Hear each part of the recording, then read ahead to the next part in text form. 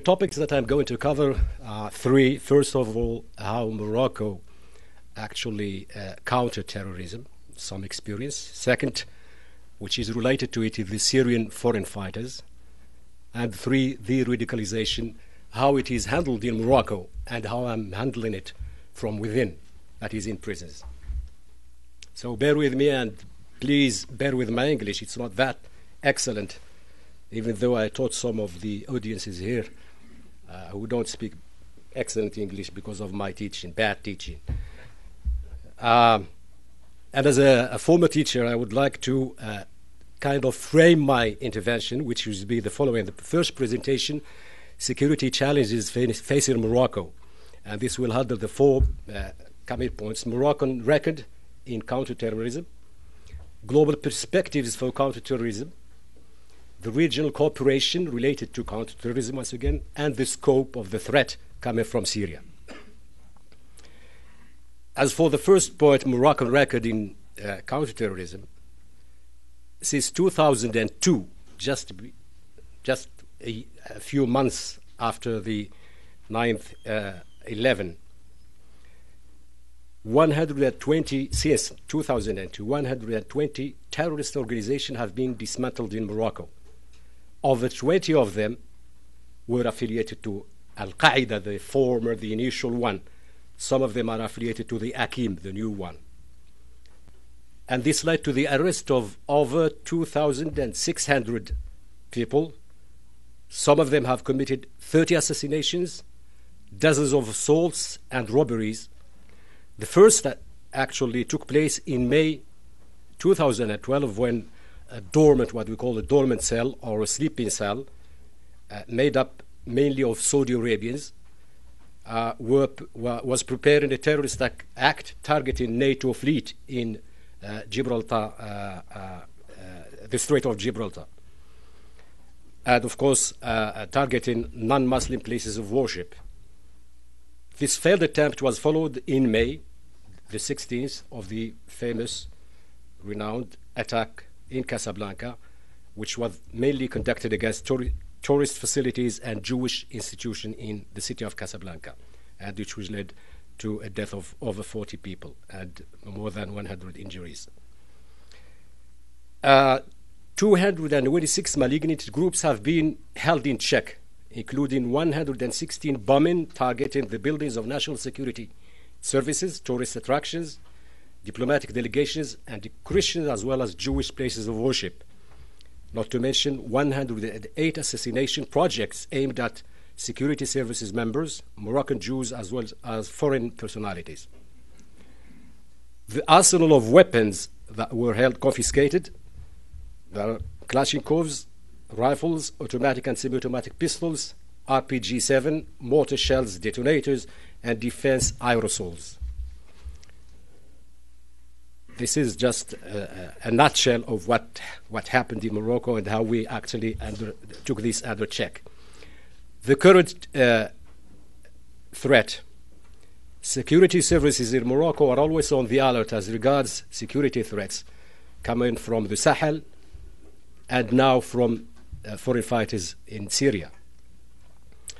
The preemptive approach of the Moroccan services has been extolled by the State Department of the CIA, and they act so their action is so efficient that led to all these arrests and actually facing these threats. And as I said, the threats coming from the Sahel, some evidence. The case of the Moroccan operational named Al-Ayyubi Noordin, who was one of the four figures in the Sahel, in the Mali area, and who was, fortunately, he was killed by the Franco-Mali intervention in northern Mali a few months ago. He was one of the leading players behind the creation of a cell which was held, which was called an Amgala cell, which was dismantled in 2011. In November and December 2012, on the eve of Opération Serval, French operation in Mali, 2 channels of recruitments for jihadi in Mali have been dismantled, including 27 volunteers. who were trained in the Ansar Sharia camps in Libya. In August 2012, the Islamonaut that they talked about, cell directly linked to the Akim Emir Abdel Malik Drukdal, known as Abu Mus'ab Abdel Wadud, who talked about Morocco and corruption in Morocco and things like that. That was dismantled too. In March 2000, that's this year, 2 months ago, a cells of recruiting of domestic and foreign fighters in different areas of tension, such as Syria and Mali, was neutralized in a joint action with the Spanish security services. The cell was led by Spanish Rafael Amaya, who converted to Islam and is linked to the main promoters of the Malian channel dismantled in 2012. So this is a kind of mishmash organization working on all phases, that is Mali, Syria, and elsewhere. Probably next would be Egypt or something like that. The difficulty of countering terrorism is in the Sahel-Saharan area lies in the fact that terrorist groups are part of a network that operates in a multinational territory, taking advantage of the porous borders of most countries in the region and North Africa, where the most notorious jihadist dissidents thrive both logistically and ideologically. The network has very close ties with the local communities, especially nasty ones, mainly while smugglers, including drug dealers and transnational crime. The financial resources are provided to al-Qaeda in the Islamic Maghreb through its relationship with drug dealers and owing to ransoms collected. This terrorist organization managed to own an important arsenal of war. It has strengthened its presence in the Sahel through alliances with Ansar al-Sharia in Tunisia and in Libya, and even beyond. The Akim has become more harmful this time, despite the huge losses it was inflicted by Operation Serval. Indeed, guerrilla warfare and terrorist actions increased in the Sahel and Maghreb significantly. I'm referring to the attacks in Niger in May 2013, the terrorist attack in Ain Amenas in south of Algeria, the attack claimed by the same emir, that is Mukhtar bil-Mukhtar, against the civilian prison in Niamey, where he released 30 terrorists. The network alliance of Akim reached Boko Haram in Nigeria and the Shabab al-Islami, and this is something that I told 2-3 years ago, 2012, during the strategic dialogue. Be careful, things are happening between Akim, Boko Haram, and Shabab al-Islam. And 1 year after, or a year after, there was this attack against the Westgate shopping center in Kenya, and Boko Haram is kidnapping more and more students and kids.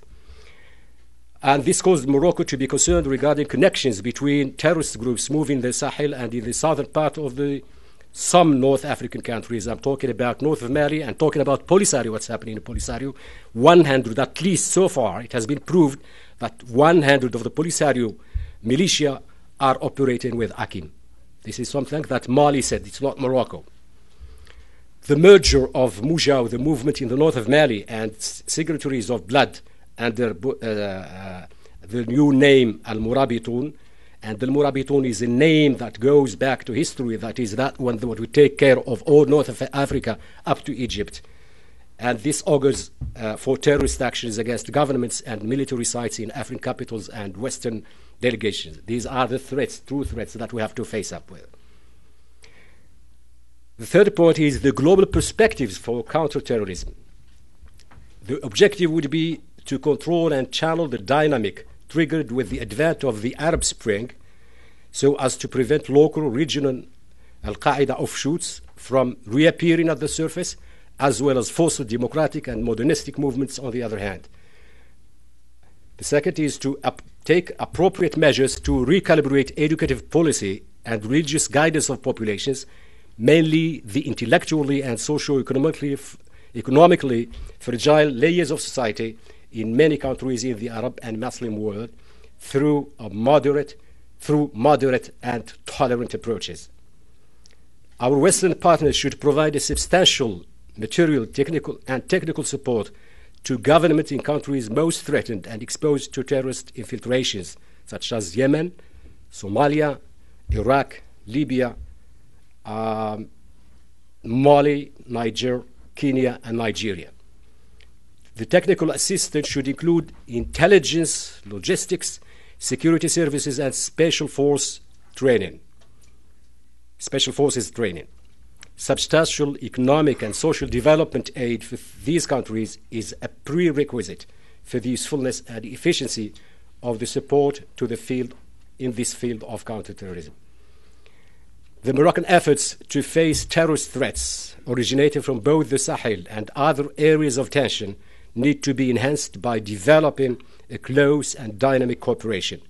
Such threats need to be followed up by regional and international partners and allies. Unfortunately, we're doing our best. Morocco, with the United States, with France, with Spain, with Mali, with some of the African countries, but there are problems with Algeria. The cooperation is not excellent at all. The Morocco regional cooperation in counterterrorism. The regional cooperation policy of Morocco with respect to counterterrorism is a manifold approach: political, religious, economic, and security, of course. The aim for the political level first.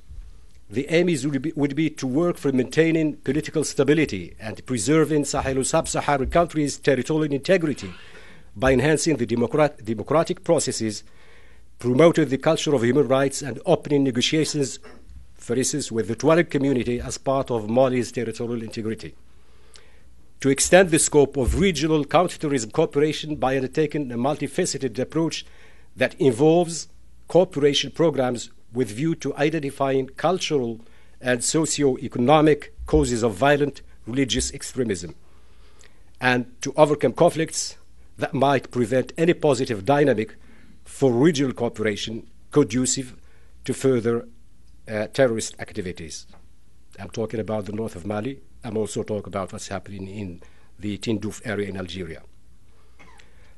At the religious level, 4 objectives underlie cooperation with the countries of the region in this area, in this field.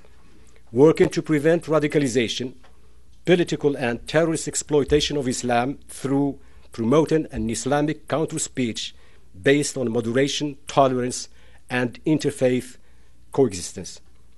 Expanding concrete religious guidance programs that will bring about moderate and tolerant religious practices, as well peaceful and conciliatory spiritual tendencies throughout the region. Simultaneously dealing with Shiite proselytization in the region. This is something also I touched upon 2 years ago in the American side, that Shiism is working very hard through the Lebanese diaspora in Africa and in South America. And Shiism, I'm not talking about Shiism, neutral Shiism, Irani Shiism. And I've heard lately that there was almost underway a Shiite party in Mauritania, and that's shocking. Mauritania is a Sunnite nation. How come that? But then when I reflected upon it, I remember back in the 70s, we have Ba'ath party following Saddam. We have in Mauritania, Ba'ath party following Assad. You have all small parties that can exist in the Middle East. You find them in Mauritania. So why not a Shiite party, especially that there is a Shiite university in Senegal, I think. So we have to do also, be careful about Shiism, because you know the dangers, and the Weinberg conference, the Lebanese lady, Hanan, talked about this, kind of octopus, Iranian kind of permeating from Iraq, Syria, Lebanon, and the risk that all goes with that. Enhancing such a trend throughout the region's different countries by sustaining the development of national education in such a way as to provide students with knowledge of cultural relativism and develop their critical thinking. In terms of economic and social development, in this level, cooperation should help in achieving the following objectives: integrate programs of regional and international cooperation that should allow the region to evolve economically and socially as a key dimension, and overcome the shortcomings of direct financial aid that does not actually benefit to the population, that is used by corrupt governments.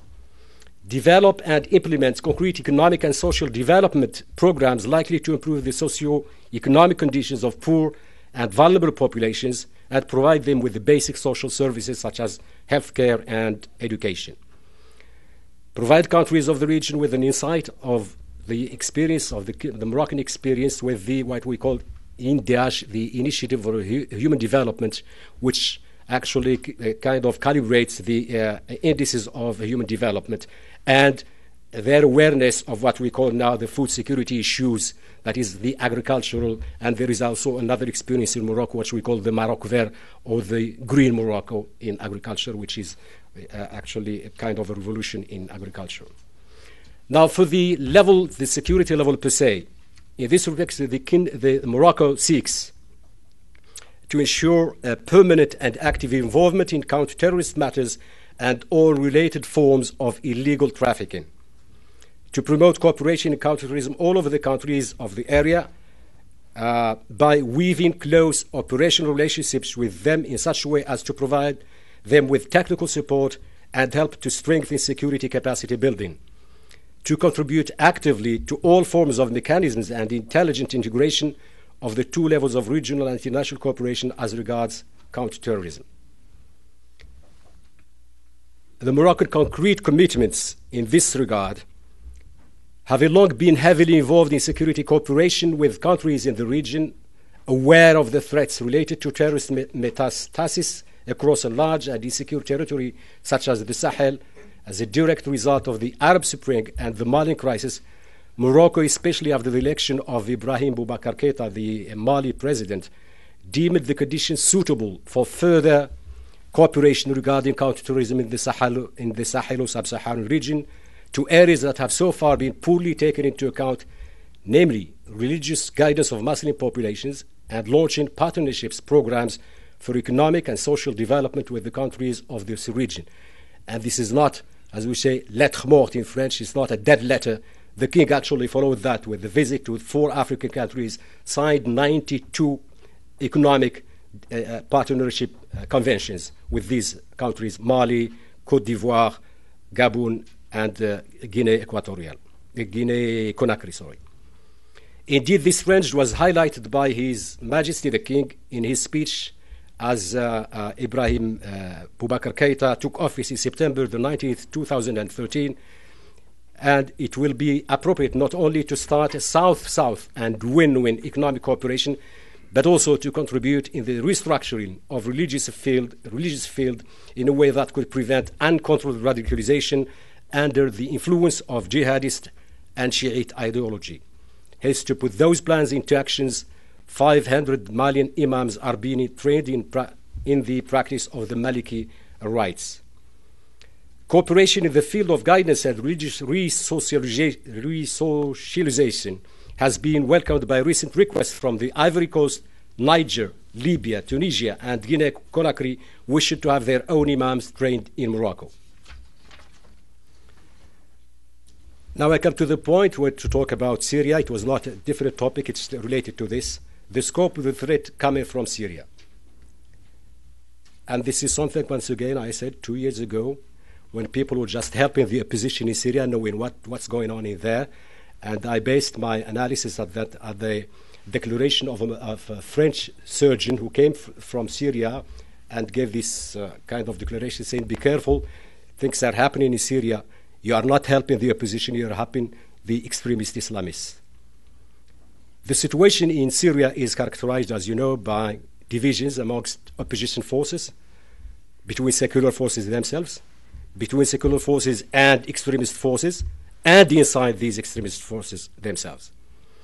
Jihadist groups have significantly raised, and the two main forces in Syria, and this is something that you should be clear of, is Assad and the extremists.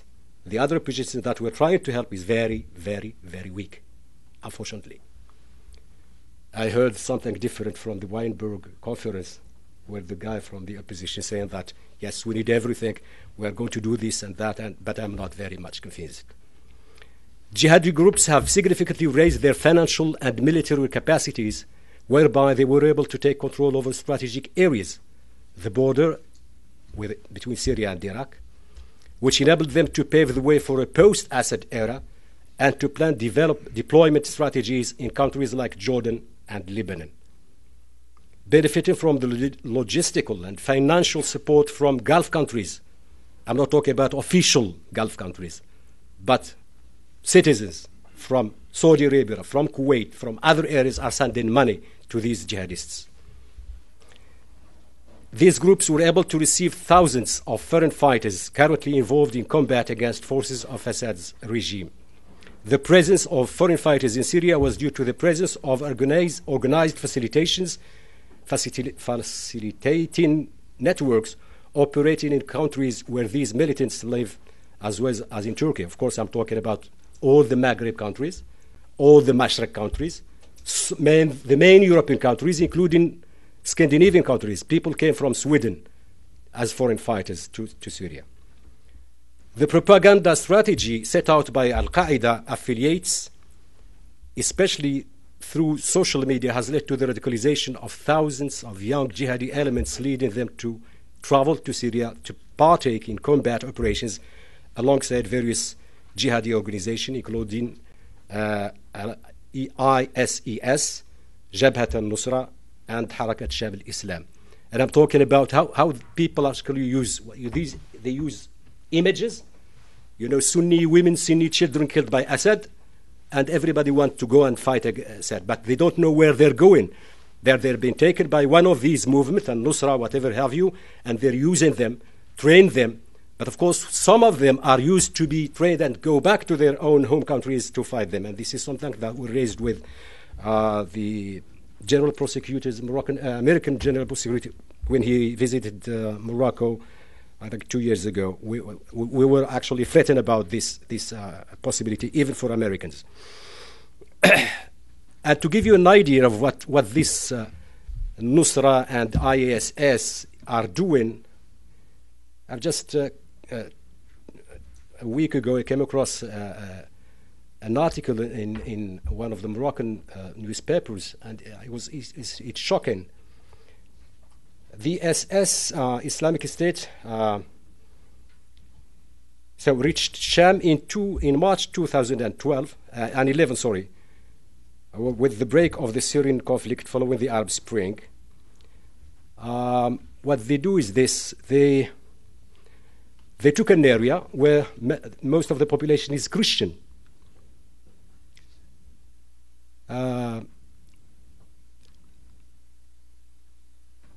This is what was a number of Christians from what the area is called the Raqah province. A number of Christians from al-Raqah province reviewed the terms regarding the establishment of the Islamic State after the state declared Sharia as the governing law of this province, which Allah has bestowed on His faithful. And they asked the Christians the following: the pact of security for the Islamic State imposed on the Christians of al-Raqah, with their embracing the rulings of Dhimma. Dhimma means you accept that you are second citizens. That's something that was used in the very early age of the Islam, the first 2 decades of the Islam. Either you convert to Islam, you accept the conditions of Dhimma, that is, you're second-hand citizens, you have no rights. 3, to remain Christians but pledge submission to Islam, or to face the sword, that is, you'll be killed. The communique further states that representatives from al-Raqah Christian community demanded they first get acquainted with those who will stand for them. Soon after, a meeting is held in Rabi' al-Akbar, whatever the date of the Hijrah, I don't know it, involving both parties. Present at the meeting were a representative of the Islamic State in Iraq and Sham, and some 20 representatives from al-Raqah Christian community. The latter chose to pay jizya, that is, they pay a tax to be citizens. Jizya, this amounts to the Islamic State. ISS has imposed these conditions on all Raqqa Christians. Listen to these conditions. Christians are obliged to pay jizya, a tax, on every adult male to the value of 4 golden dinars. I don't know what's that in dollars. For the wealthy, half of that for middle-income citizens, and half of that for the poor. Their decree said they must not hide their status and can pay in 2 installments per year. That is, you have to earn, that is, you declare you're rich, you're half rich, you're poor. That they must not build on their town or the periphery a monastery, church, or monk's hermitage, and must not rebuild what has fallen to disrepair. So once it is finished, you don't rebuild it. You rebuild it. that they must not show the cross or any of their scriptures in any of the roads or markets of the Muslims, and they must not use any means to amplify their voices during their calls to prayers or similarly for the rest of their acts of worship. They are not allowed to bear arms or to deal in selling pork and wine and with Muslims or in their markets, and they are not to consume it, that is wine and the other thing, publicly, that is in any public places. So these are things that are awaiting you in Syria, if you don't mind these people. As in the case of many European countries, Morocco is facing jihadist move to Syria, who are capable of engaging in terrorist activities once they're back in their own territories. The terrorist threat is still exacerbated by application of the Syrian conflict on the Moroccan security. As a matter of fact, this area of tension aroused the keen interest of Moroccans in search of jihad, making a training base out of this war zone in the context of leading malicious redeployment in Morocco. Following the latest facts that I have, in November last year, there were 600 Moroccans that left from Morocco to Syria. Now they are about 1,000, but once again, we don't know which went from Morocco, which went from Spain, which went from France, and so on. So over 1,000 Moroccan combatants are involved in this area of tension. These fighters work for various terrorist phalanxes. They belong to all the three compositions, including Harakat Sham al-Islam. Harakat al-Islam, the core of this part is Moroccan, because the leader, who was killed, fortunately, a month ago, is a former Guantanamo inmate, Brahim bin Shukron. He was the one who led this, and this one has the strategy of training people to go and send them back to Morocco. It is noteworthy that the strategy designed by the leadership of Harakat Sham al-Islam, that is bin Shukron and the followers, consists of in providing Moroccan fighters with an experience in warfare before they are deployed through guerrillas in Morocco. In this respect, many Moroccan jihadists underwent special training on making bombs, setting bombs in cars, and carrying heavy weapons. This dangerous perspective, which reminds us of the terrorist spiral in Algeria after thousands of Afghan Algerians came back home in the 90s, involves the strengthening of international cooperation among countries affected by this phenomenon. As part of the kingdom's effort in counterterrorism, many networks related to these foreign fighters have been dismantled. Thus, 199 are in my prisons now, all either intending to go to Syria or coming back from Syria. 17 only have come back to Syria, and they have been arrested, whereas 182 actually were held before they left the country, the borders. The French last month have taken this problem seriously. They had a council dealing with all aspects of Syrian foreign fighters. On the last 8th of May, there was a meeting in Belgium with 9 countries, including the United States of America, Morocco, Belgium, France, Holland, Tunisia, and Libya, to discuss this issue of foreign fighters in Syria and how they stop them. And in next month, in June, I think there is another forum for these foreign fighters in Morocco taking place in Marrakesh.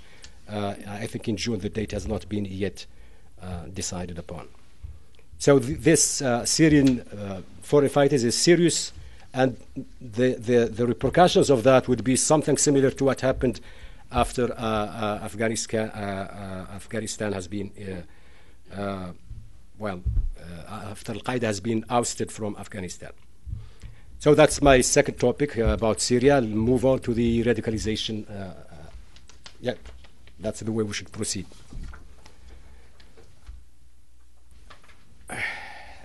De-radicalization, let me, as an old teacher, give a definition to this.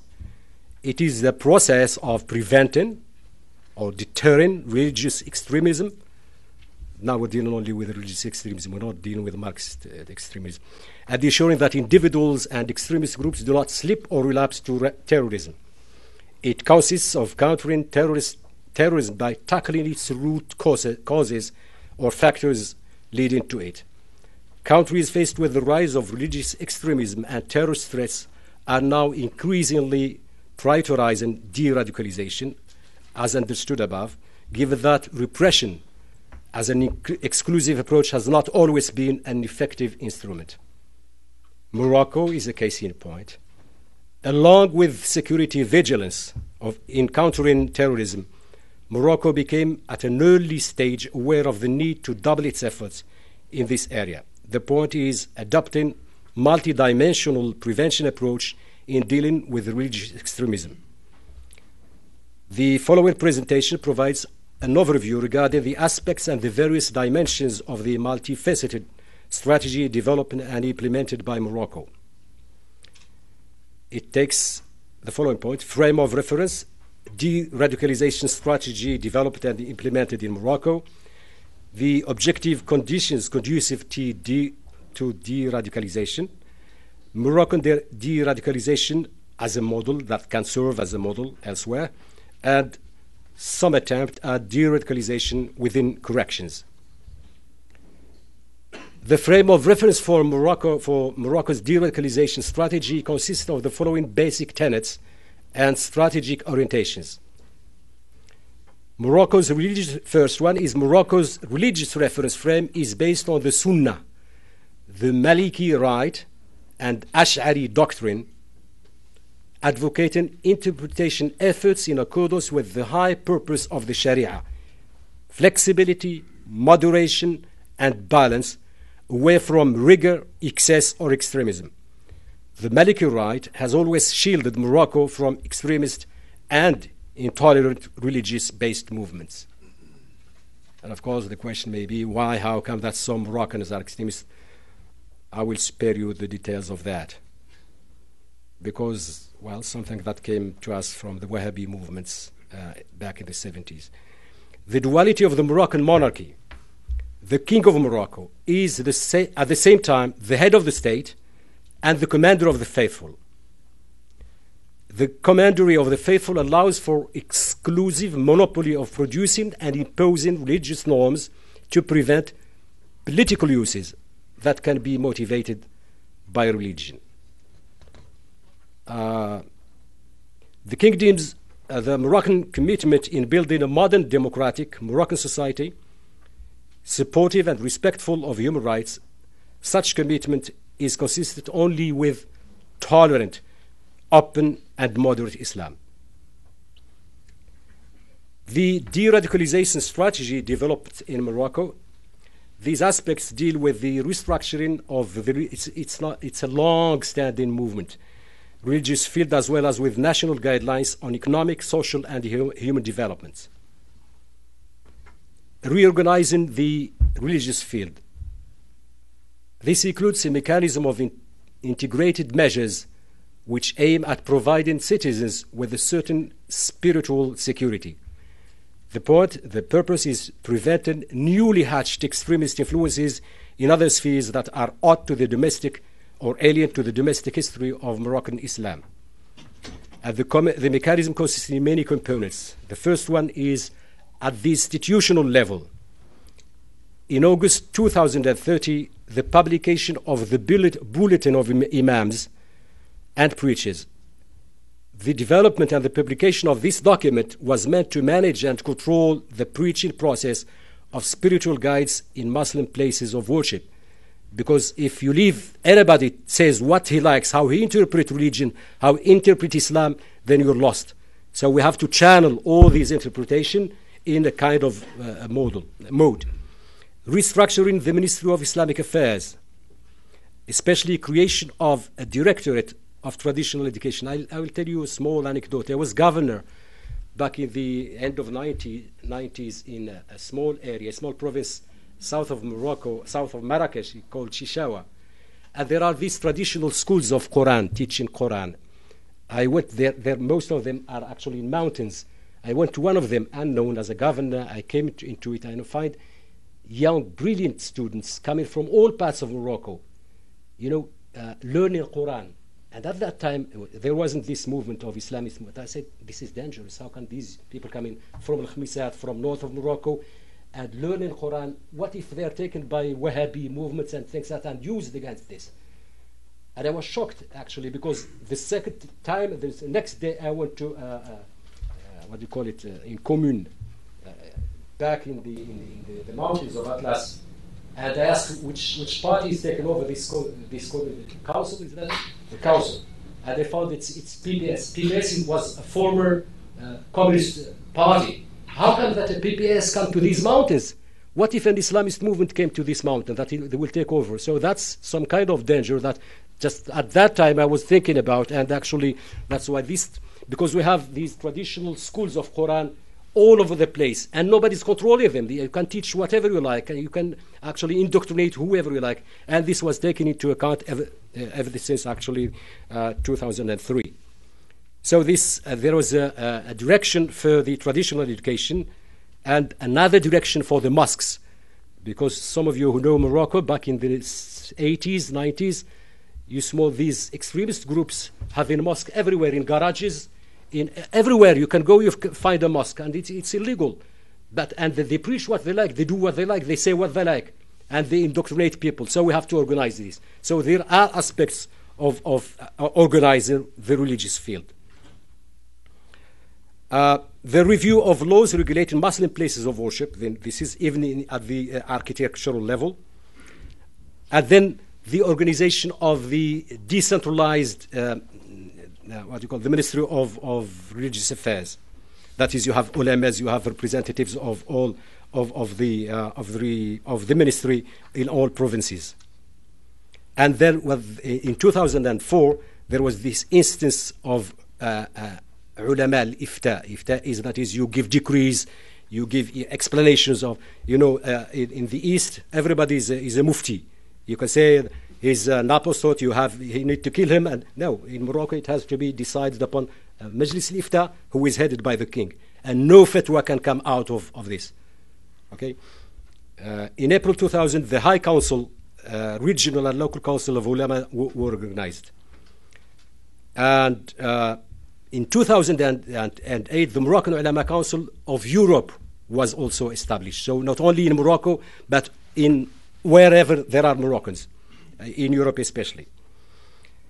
There was also a lot to do about the managing the resources of Ministry of I will just skip that, because it's a long-standing organization where you have not only imams, but we have, and the first time in the Muslim world, we have murshidat, women, murshidat, who can speak to people, who can speak to women, who can teach in mosques and things like that.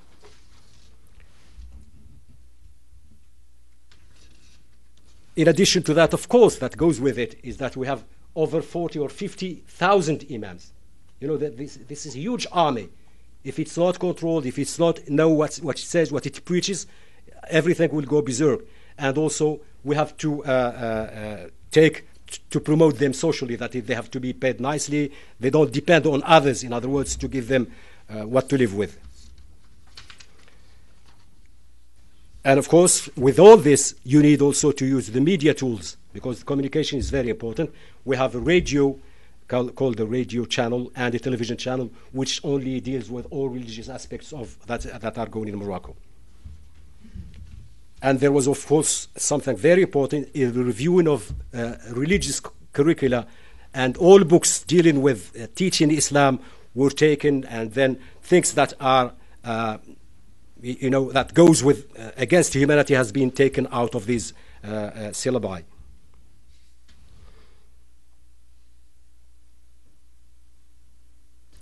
So in addition to this, it should be noted that that strategy would not have succeeded if it had not engaged in combat on two other fields, the political field and the economic and social field. So it is a shared conviction to engage in a genuine process of democratization. The last constitutional revision and the advanced regionalization projects are part of this process. To protect and promote human rights and respect for the rule of law, Morocco has adopted major international human rights instruments and founded the Council for National Human Rights to meet institutional standards in this respect. At the economic and social level also, in addition to the considerable efforts made by the Kingdom in the context of the Human Development Initiative to improve indicators of social and human development through countering marginalization and exclusion of certain territories and certain categories of people, a continuous structural reform, sectorial strategies and measures to encourage local and foreign investment and entrepreneurship were intended to produce more opportunities and produce more jobs. The Moroccan de-radicalization model can be applied to other countries. There are three examples to illustrate this. The Kingdom has already started, as I said, training Malian imams in the School of Religious Moderation and Tolerance. There are more requests, as I said, for training imams at the same school from different African countries. And the latest is the commitment of France to an imam training program. This program aims to promote the propagation of a moderate, tolerant Islam in the Mosque of the Republic of France. Now I come to my topic, de-radicalization within corrections. This is where everybody's waiting for me. I won't say much. It's not classified. It's an de-radicalization also extends to prison system. It is manifested through the following actions: religious supervision. The supervision is carried out regularly by agents from external services of the Ministry of Islamic Affairs, as well as by members from regional and local ulama councils. I'll give a few figures. In 2013, for instance, 122 executives from a foresight department have made 1,351 visits to the different penitentiary institutions in the kingdoms. And members of the same councils, numbering 343, made 3,347 visits. So in 1 year, 4,000 visits to offenders. Okay? Now, the strategy of, and I'm talking about de-radicalizing those who were arrested as extremists. This population represents in Morocco for the time being 1% of the prison population. 1%, that is 600 or less, or a little bit more, depending on, out of 73 or 74,000 people in prisons. The first policy which was taken by people before me was to, assemble them, to group them together in one prison. In other words, that they're dangerous, they have to separate it from the rest, and they have to be isolated.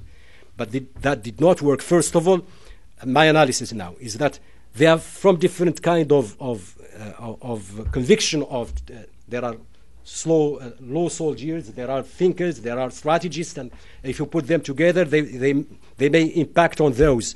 And the result was there was a mutiny in one of the prisons, and people were injured. So now they are disseminated in different prisons, almost, we have 73 prisons. Almost in 40 prisons there are Islamists, group of 5, 10, 50, even 80. And they are mingled with the rest of the offenders. They are not isolated. And actually they keep claiming and saying that they are, when I first came to the prisons before I came actually, I was sent to prisons before I was nominated. There was a hunger strike by Islamists. Hunger strike, okay? Now, okay, hunger strike, I go to my office, the next day I see the hunger strike, give me facts about this hunger strike. Okay, first thing is weight. You have to weigh them every day. Okay, then they have their tension and things like that. Well, it comes that after 2 months they are normal. The weight does not change, their tension is normal. 12.8, with 12.8 is better than mine. As a former hunger striker, I know all that. I did hunger strike for 24 hours, for 3 days, for 7 days, for 21 days, for 45 days. And that was a serious hunger strike. Whenever you can't move, actually, you can't even think. I said, this is not true. The people are not hunger striker at all. Because you can't change weight. You don't change weight in 1 month. It's 82. No, there is something wrong. And actually, I looked into it. They're eating. You know, they They take jam, they take things like that. I said, no. Next time you do hunger strike, I will see to it that you do it properly. That is, I take everything out. Alone, as we said, we were in the leftist in the 70s, we do it. That is, we take everything that is eatable out of the cell. We keep water and a little bit of sugar, because water on its own, you may be poisoned, so you need some sugar in it to put in it. That is, after the third day, you need that. And then you can, if you're strong, I was 19 years old, so I can hold up to 45 days. But after the 30 days, really, you're good for nothing. So these people are not hunger striker, and this is exactly what I'm using as strategy. So, and putting them with other offenders, actually, this allows them to eat in cachette, on cachette, that is hidden. So this is, the second thing is to do, I think, and I'm talking about de-radicalization, that the problem with these people, usually most of the cases that I'm dealing with are poor people, that is belonging to poor family and large families. And once they are in prison, they were just kind of unemployed people, so the families are left alone. I think something, and I'm thinking of this, doing something about dealing with their families, actually. Try to help their families, for kids to go to school, for kids to go to the hospital, and help these even to visit them and things like that. This is something of immuning their own families, because when they go out to them, at least they find that the families are being taken care of. But this is something that needs time, needs a lot of thinking. In addition to what's going on, as I said, trying to care of the other offenders, because the risk is that these extremists influence on other offenders. And I have this ambivalence when the first questions that I ask people when I come to this delegation is, what about those Muslim extremists influencing the others? But then I was given, actually, and I need to go and study this closely, is that usually these are offenders, drug dealers and killers and rapists and things like that. Actually, they isolate those. They are a minority. They cannot influence them, but I still need to work on this. I'm looking for some sociologists. I actually found some of them in my own administration, and I'm going to do some sociologists work on this to see exactly what's the effect, what kind of effect that has. So the other aspect of this de-radicalization for both is that is what we're doing in reintegrating people. We're giving chances. Even these Islamists, they follow their studies. They go to exams at the universities. Some of them got degrees in different universities. We allow them to study. If they want to study, that is for the exams, we can isolate them to study for the last 2 months before the exams. And if there is a university in Fes and they're in Agadir, we do take them to Agadir, to Fes to pass their exams, to sit for the exams. And we also try to give them chance to work. That is, we have kind of training in different kind of small works in the prison. And I'm working on a global strategy of what I call the partnership between private and public sectors, both in agriculture, because we have agricultural prisons in Morocco, and to have these people work, employ prisoners, pay them, train them, and afterwards also take them out and employ them in their own firms and companies. This is something that I'm working on with conventions with different. The other thing included this is I'm trying to privatize food in prisons. I'm working on this. I started an experience in next September, and if it works for 5 prisons, I will generalize it starting from January. And these people will be taking care of this. We'll train also people to cook, how to do this, and they will employ them afterwards in their own firms, cooking firms. So. In addition to these kind of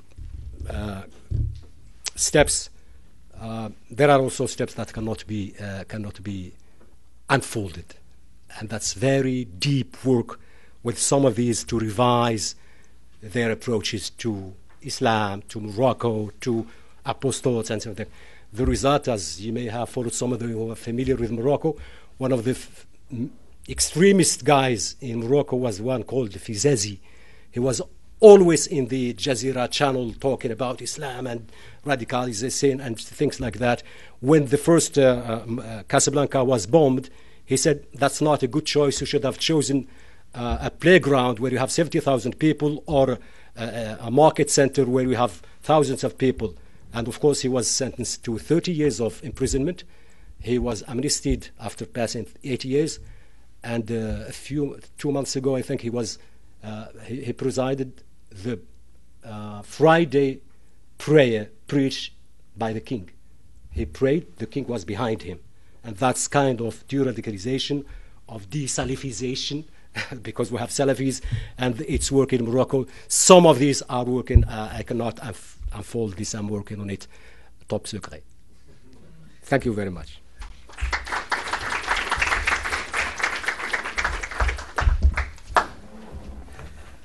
Thank you so much, Mohamed. I'm going to take the moderator's prerogative and ask you the first couple of questions, give you a chance to sit down, have a drink of water, and then we'll open it up to the audience. We're experimenting today without passing a microphone around, using the microphones that are in the ceiling above, so just speak nice and loud. I'll take everyone as I see you, and we should have time to get to everybody. We should have time to get to everybody's questions. So, Mohamed, I'd like to ask you two questions for starters. One is, maybe you could pick up where you just left off in this example with Fizezi. So what specifically was it in his case? He's a particularly radical person, a very well-known person on Al Jazeera, etc., who said extremely provocative things, does a fairly small portion of a large sentence in jail, and suddenly is preaching in front of the king. A, can you tell us a little bit about his story and how that might have worked? And B, how you feel comfortable that this is something that will continue on this particular trajectory and not embarrass the king in a year or two from now and go off and do something different. Mm-hmm. And the second thing I wanted to ask you about in the first part of your presentation is something that caught me early on. You said, and I think this is a quote from what you said, that cooperation with Algeria is not excellent at all. And I was wondering if you could explain to us a little bit more about how you see the relationship with Algeria, what exactly is not excellent, and how could it improve? Do I have to take one question? Okay. For Fizezi was he was a teacher, I think, in the north, but out of the blue he became one of the muftis in Al Jazeera that talking about radicalization, about Islam, about whatever al-Qaeda did. It was excellent. Whatever somebody else did, the United States is an apostate. It has to be fought. And I know we were shocked if you hear him. And the first thing with a big bird, you know him only in Morocco because of the jillaba, because he usually goes with the jillaba. After his declaration, as I said, after the bombing of Casablanca, he was extremist, and he went to prison. Whether something happened in prison, I don't know. But I think he has time to revise himself. He wrote so many articles afterwards. And there is also something, as I said, it's a kind of all-inclusive approach.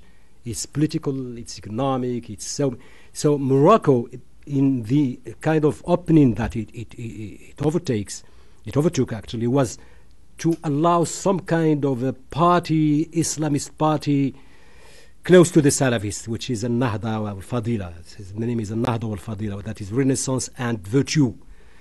And the leaders of this either belonged to the Salafi movements or belonged to the other kind branch of the PJD which is governing now in Morocco. So this possibility gave them to belong to a Muslim party, to express their ideas, and I think that's not changed. Actually, the guy, after his because when you pray, the king is behind you. You are the one actually.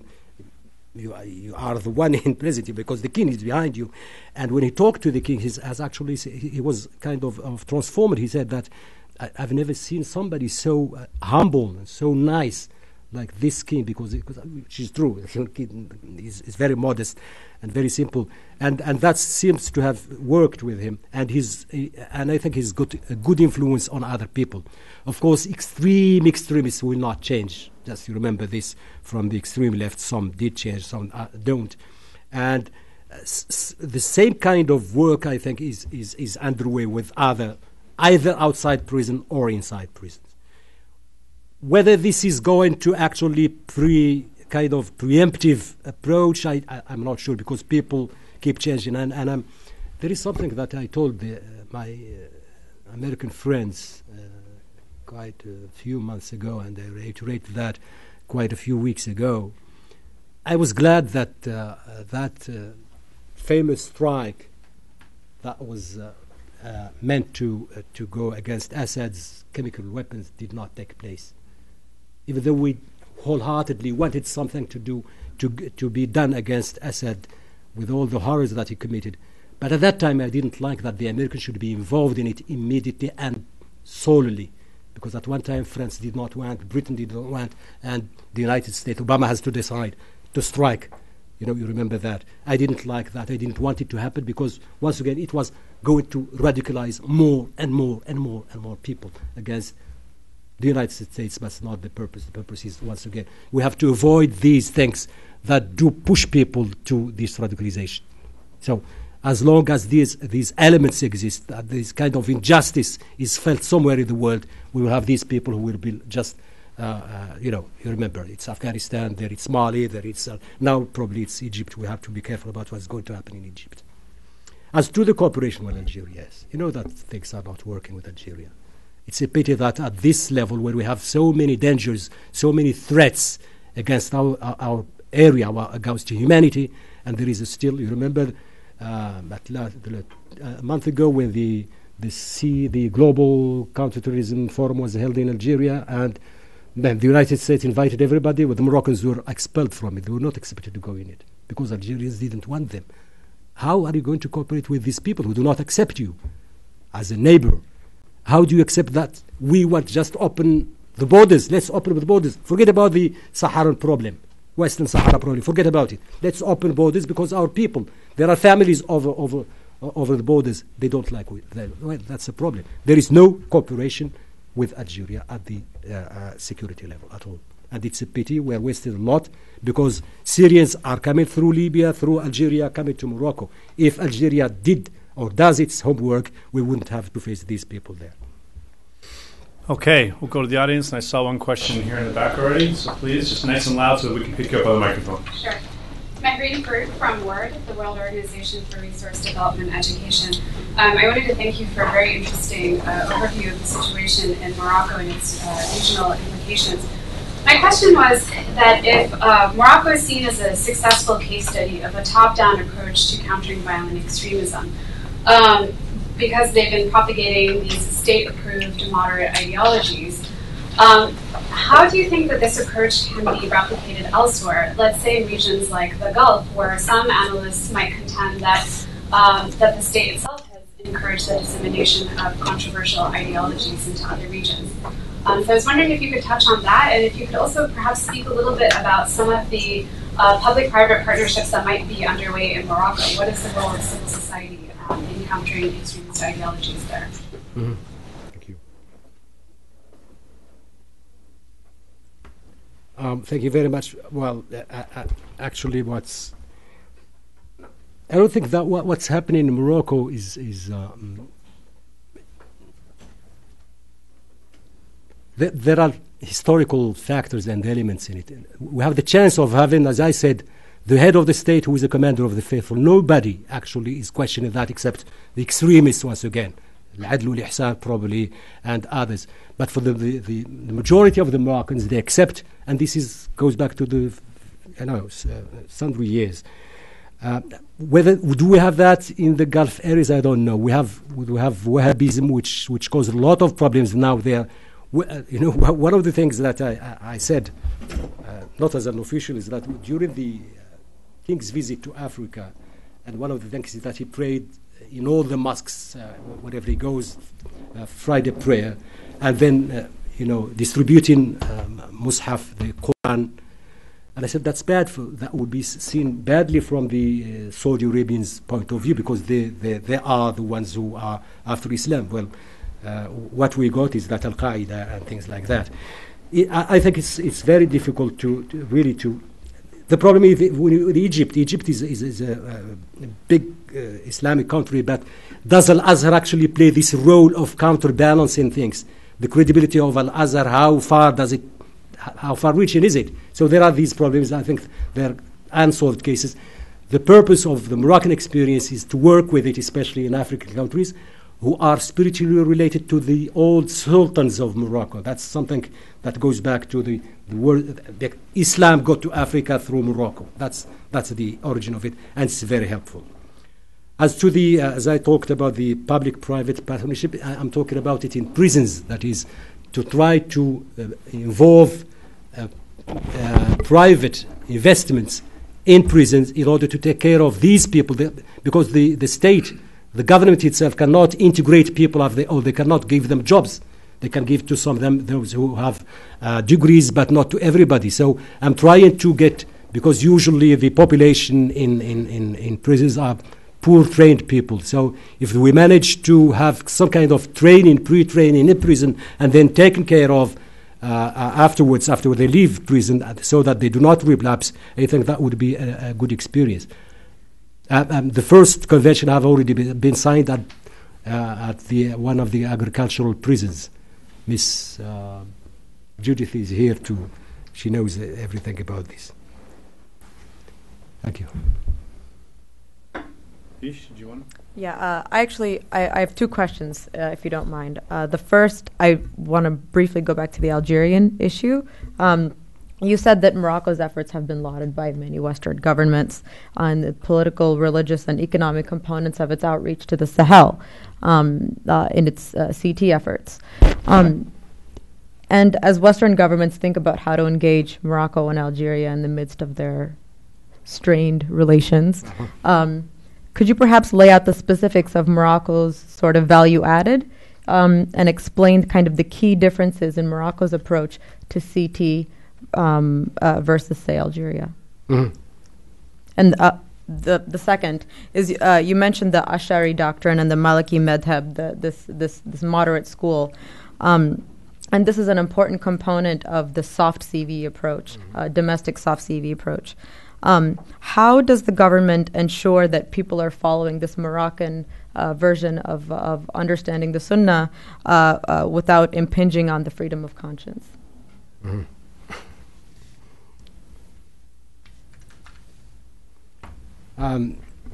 Well, in relation to the first point, I've already talked about the kind of strained, as you said, relation between Algeria and Morocco. It's one of the things that the people of the Maghreb countries are paying for.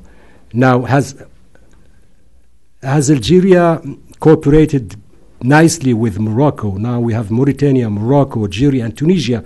That's kind of a counterbalance with what's happening in Libya, Egypt, and other countries. Unfortunately, we have this problem with Algeria, so the only moderate countries working more or less together are Mauritania.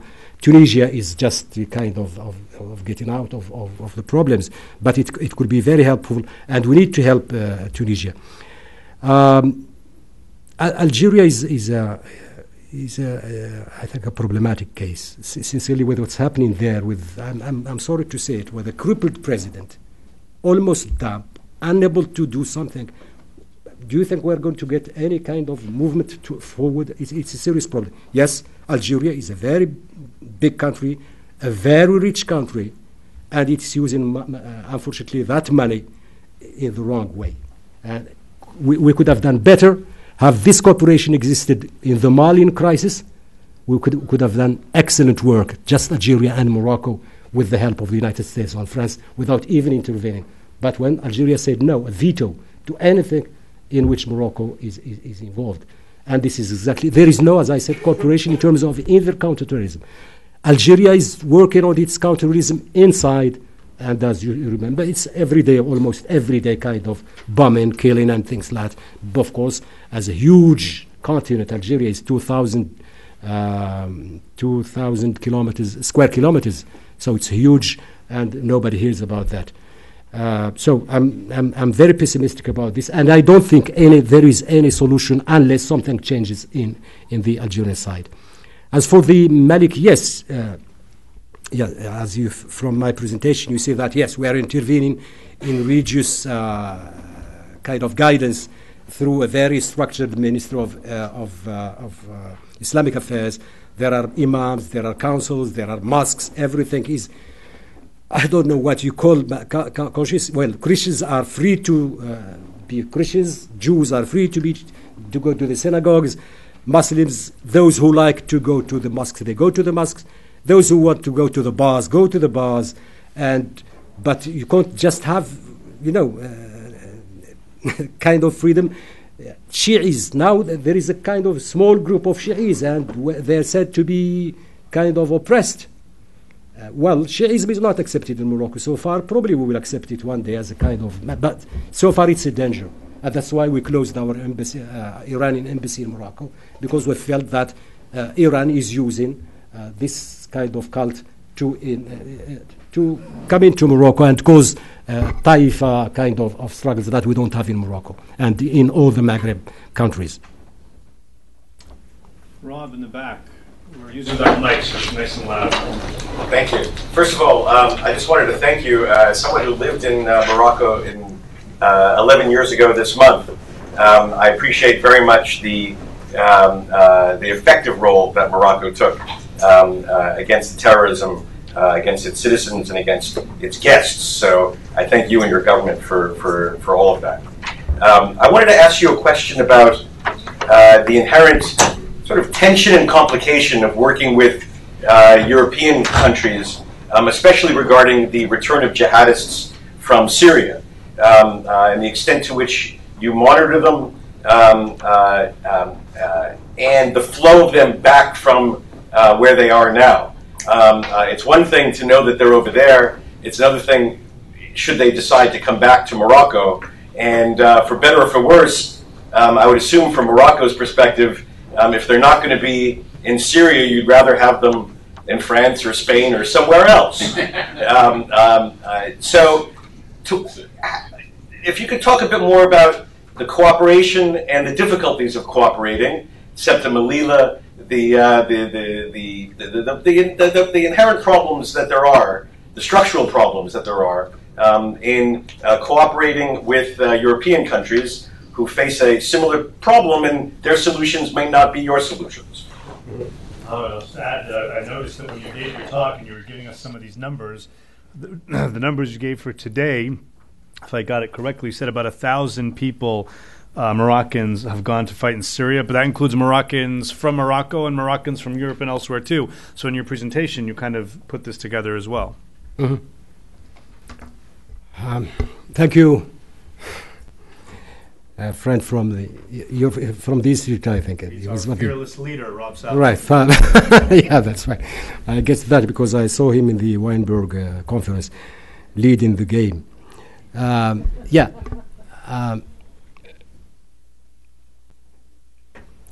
The complication of the Syrian case, as I said, and this is that actually there are Moroccans who went to Syria from Morocco. And there are Moroccans who have other citizenship, Spanish, French, Dutch, Belgian, some of them. But of course, and even Tunisians and Libyan, certainly Algerians. The cooperation that is very, very strong with France, with Spain, with Belgium. As I said, on the 8th of this month, there was a meeting in Belgium on this topic, that is how to coordinate the work of European, Maghreb countries, especially Morocco and Libya, Libya and Tunisia, and the United States. They were all present in this conference in Belgium, and exactly to find ways of stopping. I'm sure you're aware of what France has decided. I have all the elements actually in all manifold procedures to face this movement of young jihadists, 15-year-old French from Moroccan origin or Tunisian origin to move to jihadis. But the cooperation is very strong. As far as for Morocco also, from inside, as I said, we are following very closely people who leave. We have stopped, as I said, 182 before they leave. We have blocked 17 who came from Syria, who were in Syria and who came back. So we're following this.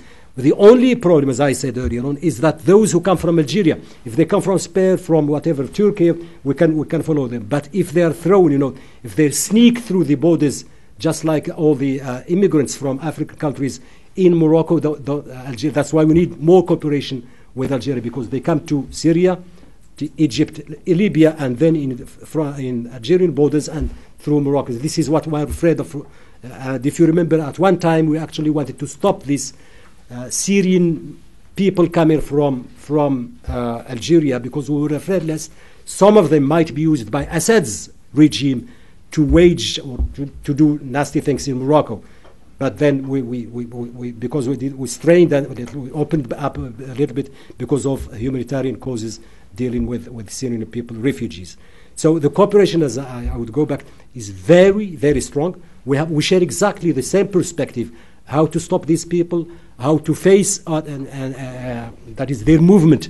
And you remember the usual movement is Morocco, Spain, France, through Turkey, Antakya. People take care of you. You give $400 or euros, and then you're inside in one. Depends on one of those extremist movements. So I will not hide that we even followed. We have kind of information coming from this movement inside Syria at one time. I don't know whether that's still going on or not, but the cooperation is very strong. But the danger is there. The threat is still there. The menace is there. We have to be careful. It's one of the riskiest things that we're facing, actually. Did I answer your question? Because the numbers. I was adding on to it, yes. Yeah. So when I was in Morocco, I think it was 2 years ago, my friends in Morocco took me and basically shook me by the shoulders and said, the Americans aren't listening to what we're saying regarding the threats in northern Mali, right? And that my friends in Morocco have been here and we're trying to get attention from U.S. policymakers and the Defense Department, the intelligence community, what is going on in northern Mali, the threats from Libya. It was such an astute analysis of course, what came to pass and what we all saw kind of come in the next year and a half, and of course you were ringing this bell as well, it sounds like. Right. So I ask you now, sitting where you are and looking at the situation, what is it that policymakers and defense and intelligence analysts in the United States need to hear from you? If there's one thing that you want to kind of ring the bell on that we may not be paying enough attention to, what is that? What would you like to leave the community with? Thank you. Yes, as you said, I was wali, which is a little bit more than a governor, in the extreme south of Morocco, Dakhla, that you know. This is back 2005, and there was this wave of immigrants coming through all the area, wanting to go to Europe or to the Canary Islands. There was 1,600 people that I caught in the coasts of Dakhla. But I was astonished when I got 16 Asian people, 16 Asian coming from the no man's land between Mauritania and Morocco. Then I was shocked. It was an alarm for me. How come that these people, and that one, at that time I already said, this is dangerous. These people are coming from Afghanistan, from Pakistan, and this is it. Europe is in danger, Morocco is in danger. And they did the report. I wrote a report on this and said, be careful. Things are changing. A few months and a few years later, yes, Morocco rang that bell. Be careful about what's happening in the Sahel. But people, including our American friends, they thought that we are doing this because Polisario, because of Tindouf, because of that. And of course we were shy because, yes, there is kind of connection, but we can't prove it at that time. But then afterwards they said, yes, you were right. Let me tell you one thing that I did as a senior professor at the University of Rabat years and years ago. Back in 1994, there was a time when there was electionism in America, and there was the Republican Democratic thing, and I did an analysis of the situation, the relationship between the Maghreb Arab countries and the United States. Well, as a former student in the United States, I like the Americans, I like the Anglo-Saxon culture. I belong to it. I think I'm more of an Anglo-Saxon than in my mind than an Arab. But so I said, our friends. So, mind you, and in this analysis, I found that Morocco was the least country in terms of economic relations with the United States. Algeria, even Mauritania, even Libya, which was undergoing an embargo that was better than Morocco. I said, okay, what are we selling to the Americans? kind of a fictive kind of relationship that we were the first to acknowledge, to recognize America. That doesn't ring a bell. That's not far, that we have to change. So we need to interest our friends economically. How? At that time, I suggested, nobody listened to me. I was just a professor at the university. So, for strategic reasons, at that time, I was thinking this. I was a visionary, but not a late bloomer, a late whatever have you. I said, why don't we ask Americans to come and have a base, a military base in the Sahara, in Western Sahara, in Dakhla, exactly, to which I will come 12 or 13 years later as a governor. Why not? That would help them control Africa, because things are happening, will be happening in Africa. The Middle East, if they're thrown out of the Middle East, and things like that. Well, people laughed it out and nobody forgot it. The idea never got to the Americans. Of course, they were not interested. They will never be interested. It's too late anyway. So, sometimes we do foresee things, but people don't listen to you. Yes, you're right. We did ring a bell about the Sahel Mali problem. Nobody listened, but then everybody was to have involved, and now we are actually dealing with the aftermath of that. Because the force that movement gave, the Akim installation in Mali, is what reinforces both al-Shabaab and Boko Haram now kidnapping little girls. I'm also once again calling on the Americans and all peoples who can think, who can just do something about Morocco and Algeria. Do something to sort out this problem in Western Sahara. Not only I'm a Sahrawi, but it's a danger. These people, you have, let's say, 50,000 or 90, I don't know what's the number, because Polisario has never accepted to let us count those people. Do something about these. Yesterday I was reading, I got phone calls from, there was kind of intifada in the camps. And that's bad, because people might just relapse in terrorism, relapse in trafficking, relapse in things. We have to do something to solve this problem. We have to do something to bring Algeria and Morocco to solve this problem. I'm not sure that we can get to anything of that, but we have to be aware of it. Okay. We have to be careful also about what's going to happen in Egypt. We have to follow that from very close quarters. All right, I've got two hands left, so why don't we take both questions, and we have a few minutes left, and you can answer the two questions. Right. So we'll start here, and then we'll go over here to Aaron's office. Thank you for your insightful presentation. I will start, my question joins a little bit that of Vish. It has become very fashionable to talk about Wahhabism and its dangers today. I want to sort of rewind a little bit to the 80s, beginning of 80s, late 70s, when Morocco was sort of predominantly Marxist in terms of its youth and its movement. Some people do argue that the Moroccan state, if not patronized, at least allowed the Wahhabi movement to blossom in a normal, probably Cold War logic to sort of, face Wahhabism.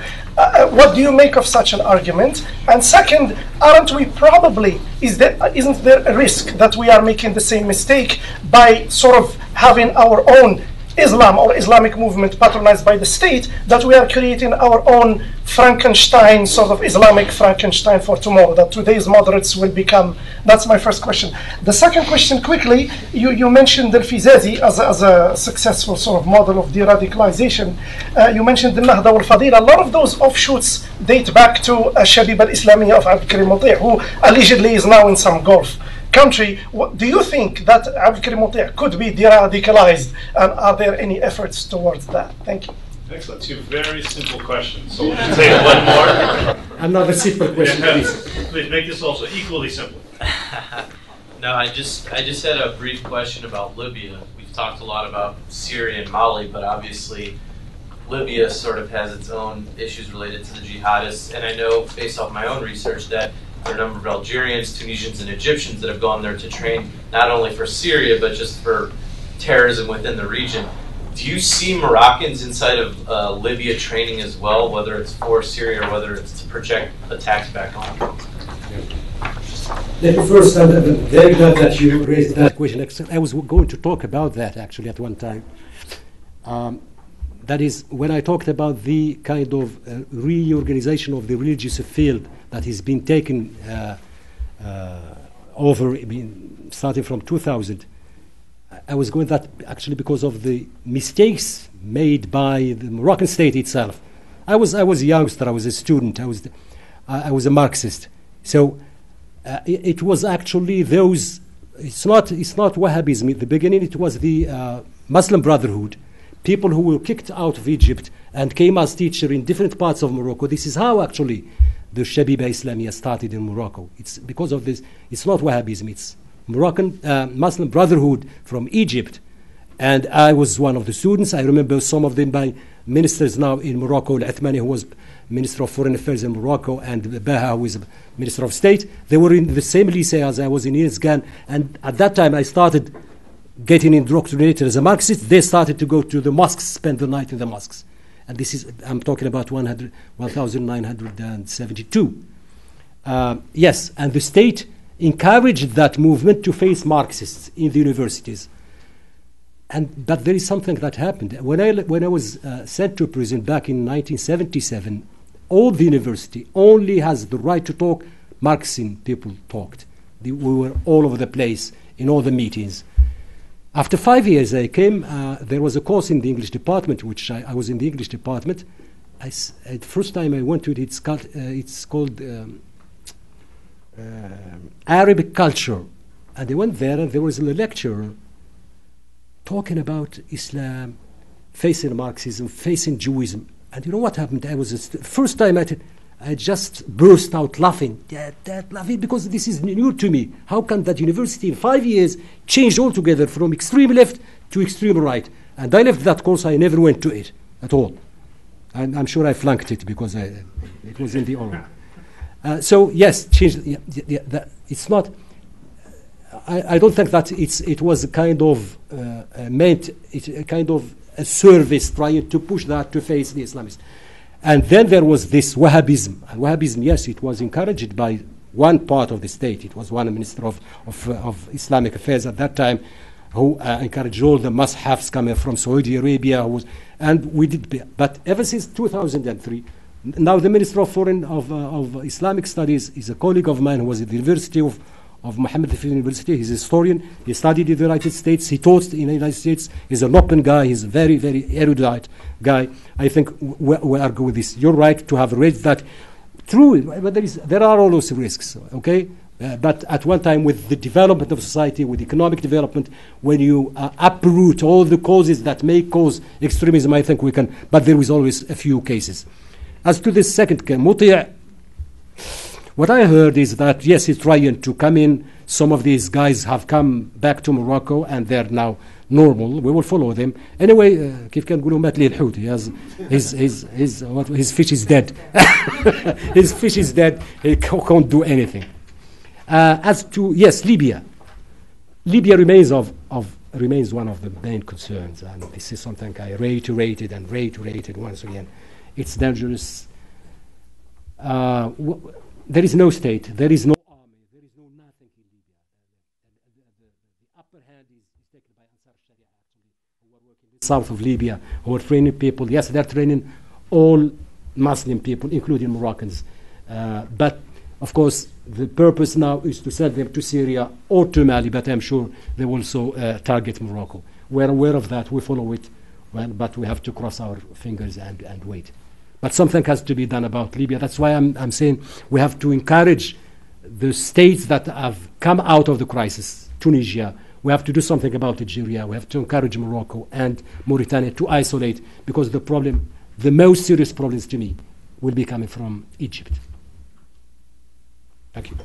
All right, so we have many more sessions that we need to have to solve all these problems, but this is a wonderful start. Mohamed, please allow me to thank you again for taking the time. Please join me in thanking Mohamed for taking the time.